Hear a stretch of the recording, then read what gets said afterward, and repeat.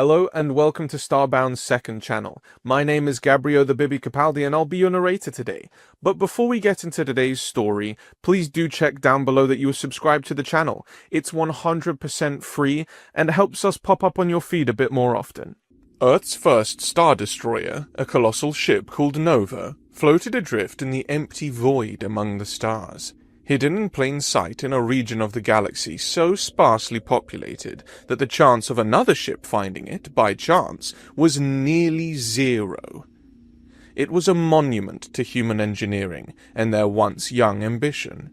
A vessel of war spanning kilometers from bow to stern, its metallic hull studded with weapon ports and sensor arrays that had gone dark centuries ago when it was decommissioned.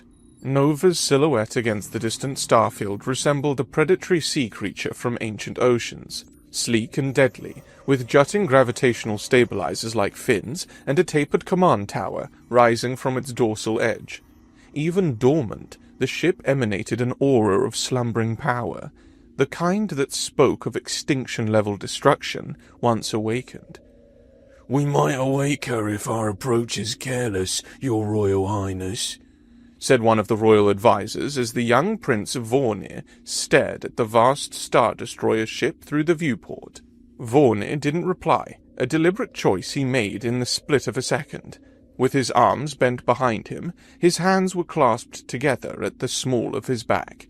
He couldn't see the advisor, but saw clearly the reflection in the viewport that showed him his own image. As the eighth successor of his family's dynasty, Vornir was a tall and well-fit sonari, his brown leathery skin smoother than most members of his species.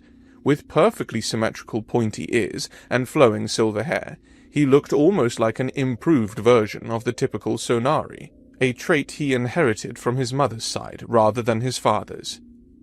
Careful or not, she will awaken. Our cloaking tech is inferior to that of humans, even when compared to the centuries-old ship in front of us, Vornir finally replied, turning to face his three advisors. Exozar, the elder and Vornir's only true friend, nodded in agreement. "Few words needed. I trust your plan." The ancient sonari's face was a topographical map of their species' history. Deep crevices etched by time around his mouth and eyes, leathery skin pulled taut over prominent cheekbones. Unlike Vornir's silver locks, which gleamed like polished silver, Exozar's were dull and brittle, resembling frayed wire more than hair. The second advisor, Lurdo, stepped forward, his posture rigid, showing his disapproval. This advisor's loyalty lay firmly with the king, Vornir's father, who now languished on his deathbed in their distant homeworld. "This mission is folly, Your Highness," Lurdo said, his voice thin with restraint. "You waste precious resources and risk your royal person on the vain hope that a derelict human vessel will save us. The royal treasury dwindles while you chase ghosts among the stars." The third advisor, Fozar, representing the neutral faction of their political structure, didn't bother with diplomatic refinement. "More than chasing ghosts, you chase a dead-end path, Prince Vornir. Your grandfather's diplomatic blunder with the humans cannot be undone by awakening their abandoned weapon. It is a foolish dream to believe this relic will save our people." Vornir's face remained impassive as he regarded the three advisors. His expression betrayed nothing of the turmoil their words stirred within him. "I am well aware of our diplomatic failures," Vornir replied, his tone gentle and polite. "Not with just the humans, but with every spacefaring species we once called allies. I understand why our cradle world stands alone now that war knocks at our door, and why none of our alienated friends answer our call for aid." He began to pace slowly across the observation deck, his movements fluid and controlled. After completing his circuit, he returned to his original position, back to the viewport, the massive dormant ship framing his silhouette. "The Star Destroyer behind me represents our only chance," he continued. "Nova was created during an era when our species and humans were close allies. She may retain pleasant memories of the Sonari once awakened. Or at the very least, she might not hold the grudges of her creators." Fozar snorted derisively. "I've researched this Nova vessel extensively, Your Highness. It was a decommissioned weapon, abandoned and forgotten. There is no guarantee a first-generation Star Destroyer can even warp space after centuries of dormancy." His voice grew more heated. "What I cannot comprehend is why you've spent a fortune to locate this ship instead of doing the single sensible thing, using your status as prince to mend our alliances and save our species from this endless war." Something flashed in Vornir's eyes, a momentary crack in his composed demeanor. "Mend our alliances?" Vornir's voice rose sharply. "After the cataclysmic betrayal my grandfather perpetrated? After we violated every treaty and exploited every trust?" His fists clenched at his sides. "I refuse to be like my father, and spend a lifetime trying to fix something that is unfixable." He turned back to face the viewport, his breathing gradually steadying as he stared at the Star Destroyer. When he spoke again, his voice was calm. "After all the harm we have caused, begging for help only has a chance to work with someone or something that was in deep slumber during my grandfather's rule. A ship that never experienced the betrayal and shameful way our species behaved during that era." His reflection in the transparent material showed eyes fixed on the distant vessel, filled with a desperate hope. Lurdo began to protest. "Your Highness, the risks of awakening such a—" "I have heard all the advice I require," Vornir cut him off flatly. "My decision is made. We will awaken the Star Destroyer and convince her to help us finally end this war. Or we will die trying." Silence hung heavy in the observation deck. Eventually, the three advisors expressed their agreement in unison, a traditional Sonaria formation that sounded like a harmonic chord. Vornir remained motionless as two sets of footsteps retreated from the room. A single pair remained. Without turning, he knew Exozar had stayed behind. "Please inform the captain that we will uncloak and dock with the Star Destroyer," Vornir said quietly. "Should we communicate our intentions first?" Exozar asked, his aged voice crackling slightly. "No. We will use only the old identification codes for our species, and deal with the ship's anger when we awaken her and dock without permission." Vornir turned to face his old friend. "Trust me in this, Exozar. I have studied the Star Destroyer more than anyone in our species. I know a way to convince the ship to help us." Exozar nodded, the movement causing the light to play across the deep lines etched in his face. "Follow me to the bridge. I trust your competence. But if you've studied Nova as thoroughly as you claim, you should handle all communication with the human ship yourself as we approach." "I was hoping you'd suggest that," Vornir replied with the barest hint of a smile. They traversed the Sonari vessel in silence, moving through corridors lit by the soft green glow of bioluminescent panels. The ship was tiny compared to the Nova, a diplomatic vessel retrofitted for exploration rather than combat. Its curved hallways and organically shaped doorways reflected the Sonari aesthetic preference for mimicking natural formations. Each step brought them closer to the bridge, the heart of the vessel, where the fate of their mission, and possibly their species, would be determined. The bridge doors parted as they got closer. Inside, a dozen crew members managed various stations arranged in concentric semicircles around the captain's elevated platform. Displays showed sensor readings, navigational data, and a magnified image of the dormant nova. Exozar approached Captain Zephyr and explained their intention to uncloak and approach the human ship with weapons lowered. Meanwhile, Vornir dismissed the communications operator and took control of the station, though he instructed the young Sonari to remain nearby in case assistance was needed. "You're asking us to approach an ancient human weapon of mass destruction with our shields down?" Captain Zephyr's facial expression screamed skepticism, a trained response typical of the military caste of their species. "I am," Vornir confirmed without elaboration.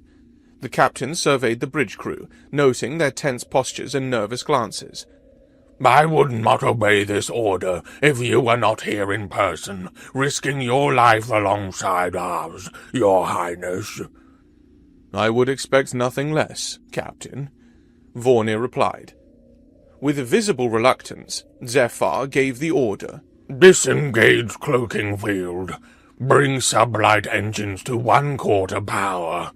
Approach vector to the human vessel. All weapon systems in passive mode." The Sonari ship shimmered into visibility as its cloaking field collapsed, the engines silent, propelling them toward the massive silhouette of Nova. "Energy spike!" called out the sensor officer, her voice tight with alarm.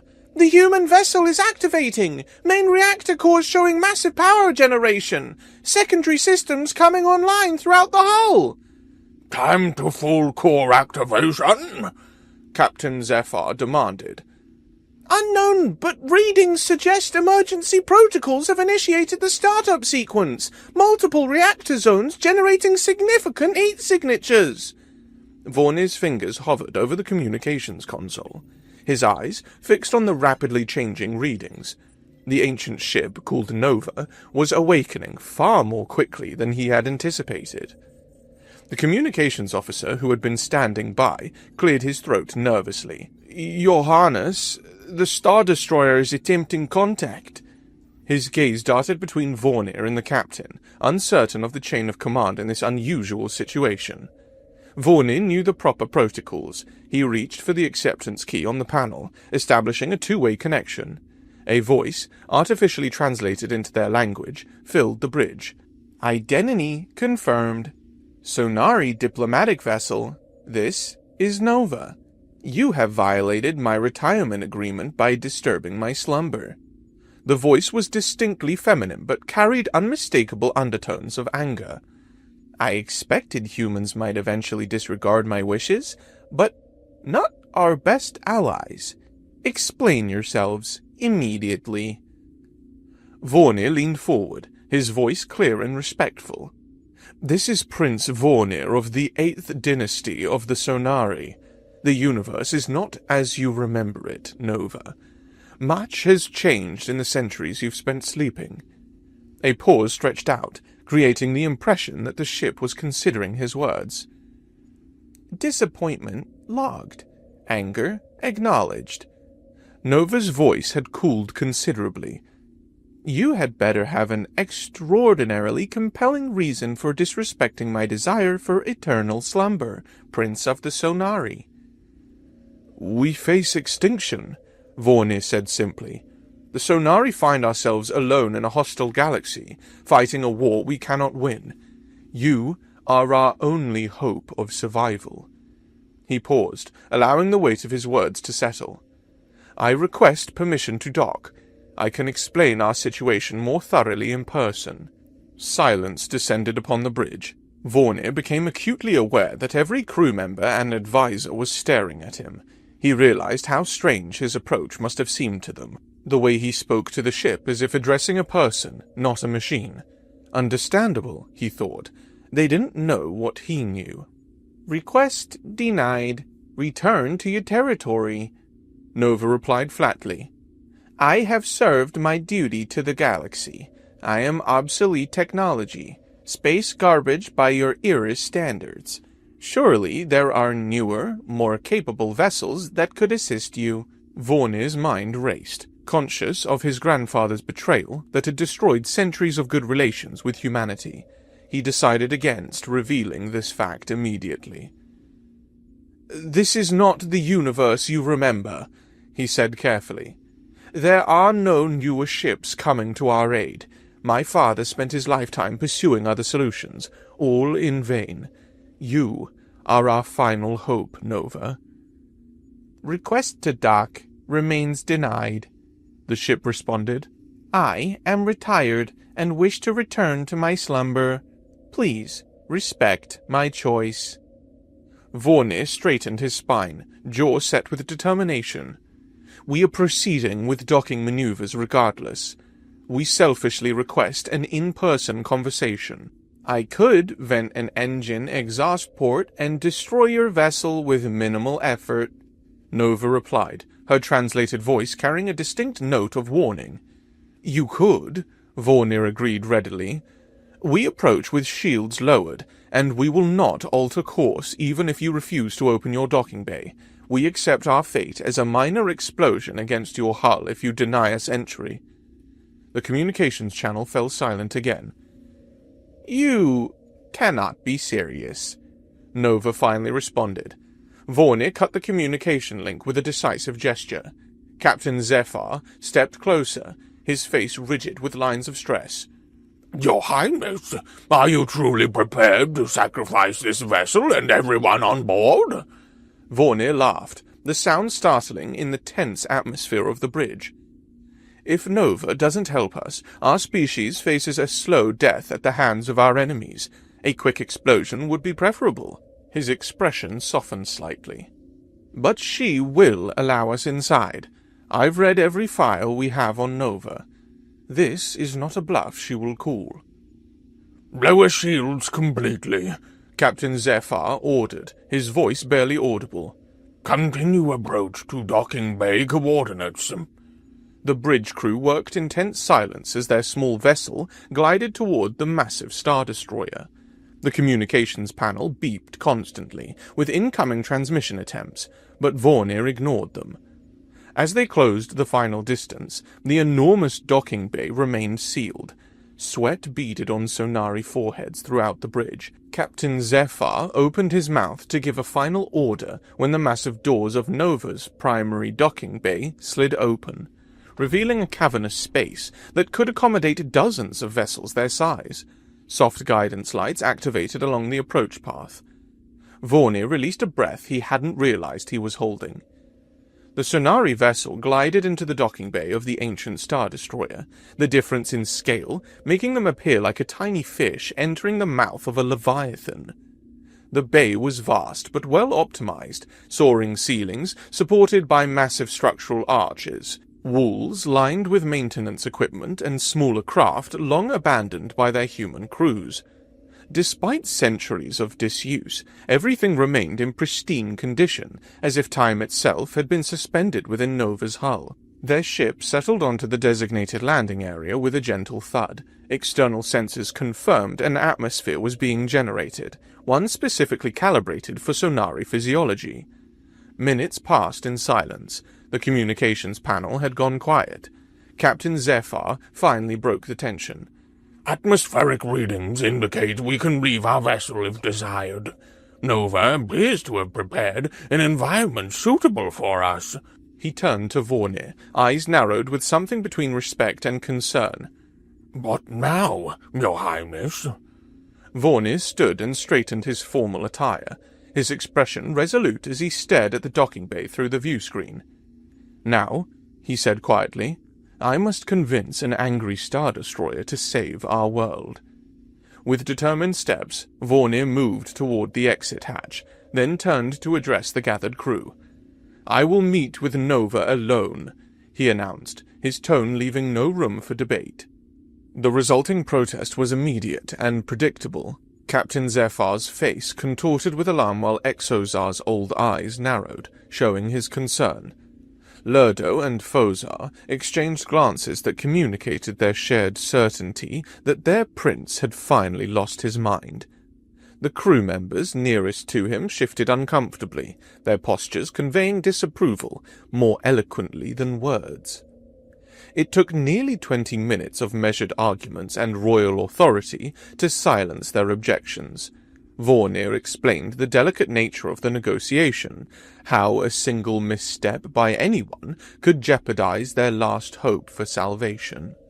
He reminded them that Nova had already demonstrated incredible restraint by not destroying them outright. When logic failed to persuade them fully, he finally invoked his royal privilege, a measure he'd always avoided until this moment. "This is not a discussion," he concluded. "It's a royal decree." Now, as he prepared to exit their vessel, Vornir made another decision that caused fresh murmurs of concern among his advisors. "No survival suit," he said, setting aside the protective gear that Lurdo had insisted he wear. "I will trust Nova completely." "Your Highness, the atmosphere readings could be falsified," Lurdo protested. "This is unnecessarily reckless." Vornir shook his head.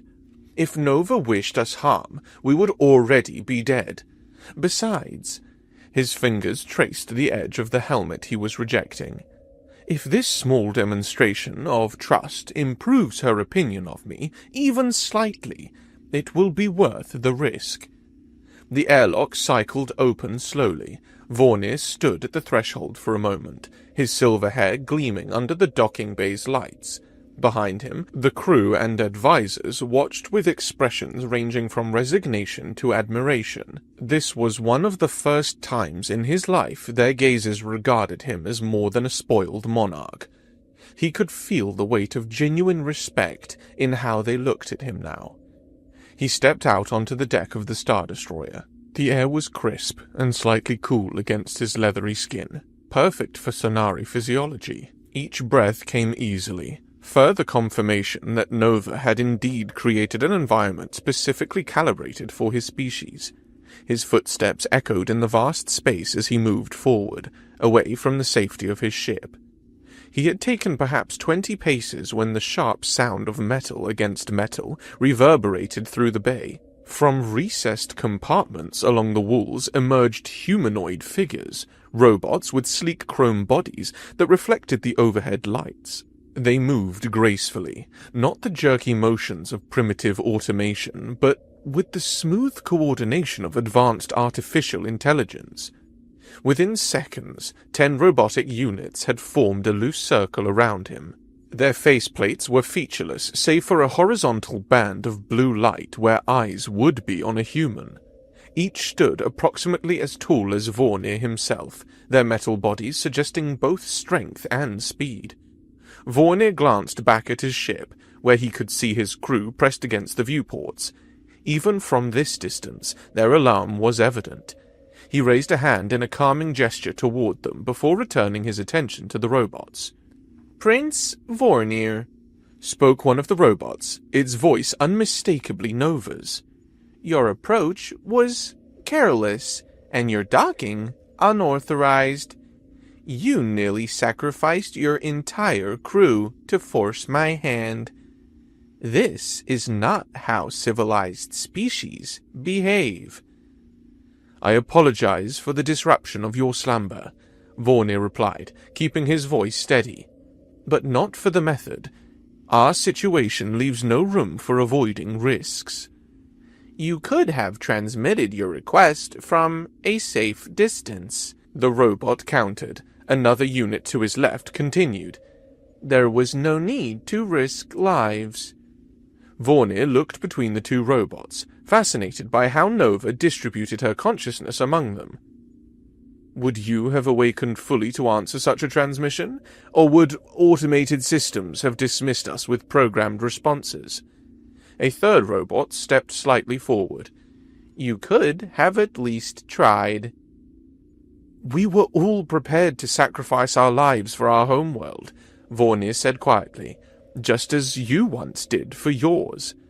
A wave of movement passed through the robotic units. Their postures shifted almost imperceptibly. The light bands across their faces flickered momentarily, as if registering surprise, and the circle around him loosened a bit. After a pause, one of the robots spoke again, its tone noticeably softer. "You know a lot about me. It seems unfair that I know so little about you." Vornir inclined his head. "I'm prepared to tell you everything. I only ask that we speak face to face." "This is face to face," Nova replied through the nearest robot, gesturing to its faceless visage. "No," Vornir said firmly. "You know exactly what I mean. There is no need to pretend otherwise." Silence descended upon the docking bay. The robots remained motionless, their light bands blinking occasionally as if in silent communication with each other, or with the consciousness that controlled them. "Very well," Nova finally responded. "You may proceed deeper into the ship, alone, but you will undergo a full-body scan before we can meet properly." "I expect nothing less," Vornir replied with a slight smile. 4 of the robots broke from the formation to position themselves around him in a loose escort. They guided him to an alcove near the inner doors of the docking bay, where the wall slid open to reveal a chamber lined with unfamiliar technology. "Enter," instructed one of the robots. Vornir stepped inside. Immediately, bands of light, some blue, some green or red, began sweeping over his body from multiple angles. It was thorough but unobtrusive until a set of mechanical arms descended from the ceiling. These appendages, ending in slender probe-like extensions, approached him with quick movements. "Remain still," Nova instructed through an unseen speaker. "This will be brief and non-intrusive." The robotic tentacles hovered near his neck, temples, and chest, emitting a sequence of pulses of energy that tingled against his skin. After a moment, they retracted. "No weapons," Nova announced. "No recording devices. No implanted communications equipment. You are remarkably unaugmented for a royal personage." "I believe in natural evolution," Vornir explained. "Scan complete," Nova declared as the chamber's door reopened. "You will now be escorted to the core room. We will speak face to face as you wished." The journey through the enormous ship was a study in contrasts. Some corridors showed signs of age, slight discoloration in the metal flooring, emergency lighting that blinked intermittently. Others appeared pristine, as if frozen in time from the day Nova had entered her slumber. Vornir noted how the design aesthetic shifted subtly as they moved deeper into the vessel, from military designs near the outer hull to more thoughtfully crafted spaces meant for the human crew that once populated this floating city of war. After traversing numerous corridors and riding several lift platforms that moved both horizontally and vertically through the ship's interior, they arrived at a massive door. Unlike the other entrances they had passed, this one bore ornate geometric patterns etched into its metallic surface. "The core room," announced one of the robot escorts. "You may enter." The massive door slid open silently despite its apparent weight. Vornir stepped forward, crossing the threshold into a space unlike any he had seen before. The core room was spherical, its curved walls lined with displays showing the Star Destroyer's systems in real time. The floor was a transparent material that revealed machinery extending downward into the heart of the ship, but what immediately captured Vornir's attention was the structure at the center of the room. A transparent cylinder, approximately 3 meters in diameter, rose from floor to ceiling. It was filled with a viscous, slightly golden fluid that bubbled occasionally with tiny air pockets. Suspended within its liquid was a human woman. Her skin was pale, almost luminescent, against the amber backdrop of the fluid. She wore a simple white covering that resembled a medical garment from ancient times. Her hair floated around her head in dark tendrils, creating a halo effect in the gently swirling liquid. Most striking of all was the array of metallic cables connecting to the base of her skull, disappearing into a complex interface at the bottom of the cylinder. Vornir approached in awe, his steps slow and reverent. As he drew closer, her eyes opened briefly, startlingly blue against her pale complexion, and locked with his for just a heartbeat before closing again. One of the robot escorts that had followed him inside spoke. "This is the best I can do," Nova's voice explained through the machine. "My vocal cords cannot function properly under the preservation fluid." "So everything I pieced together from the historical records is true," Vornir said softly, still staring at the suspended figure. "The ancient human ships needed a biological component for navigation in warped space." "Correct," Nova confirmed through the robot. "I'm glad I'm obsolete now. No other girl or boy will have to make the sacrifice I did when I gave up my life to become death itself." The bluntness of her statement sent a chill through Vornir. "The historical accounts. They say Star Destroyers served more as deterrents than actual weapons of war.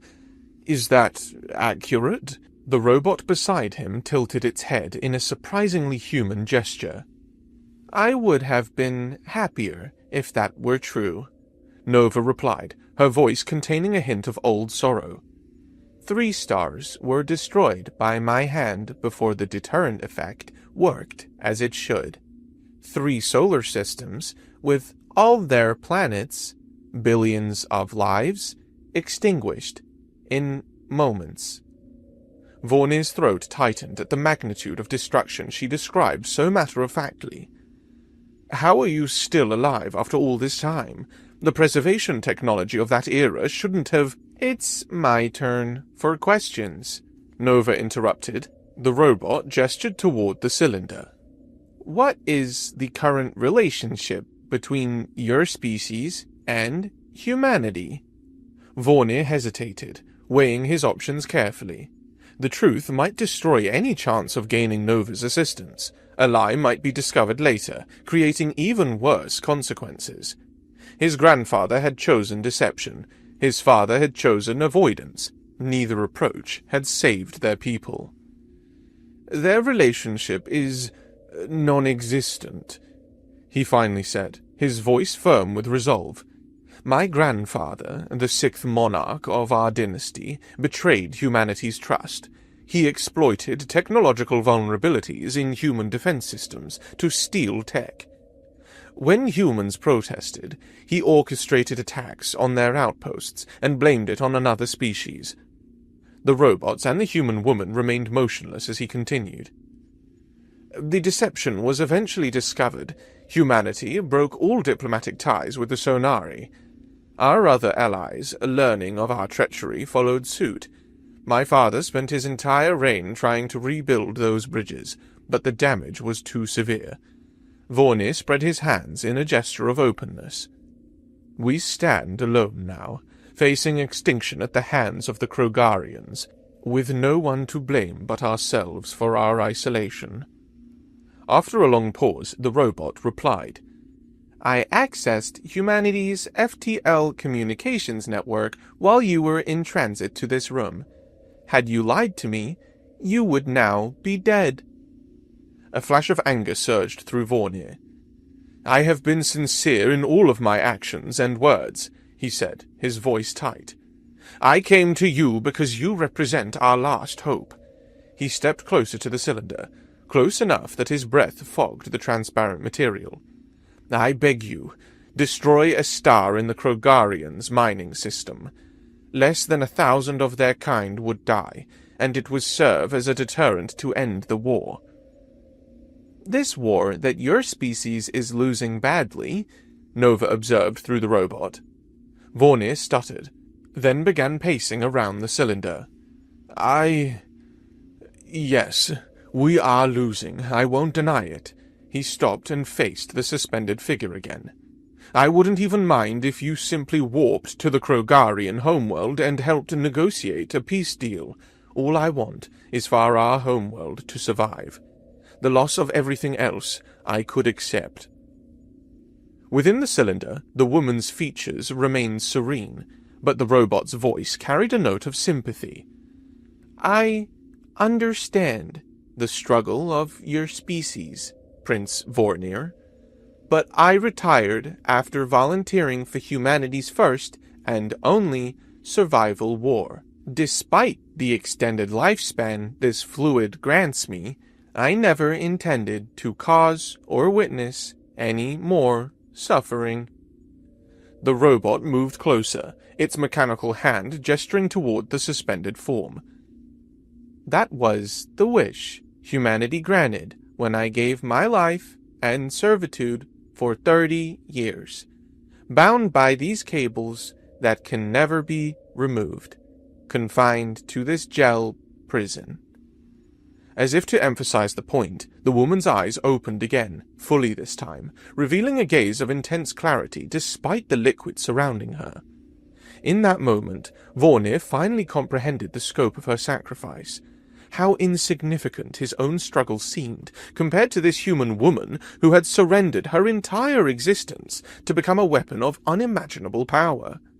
How little his personal sacrifice amounted to when measured against what she had endured. I didn't come only to request your help with nothing in return, Vornir said quietly, his voice barely audible even in the silent room. The robot tilted its head. What could you possibly offer me?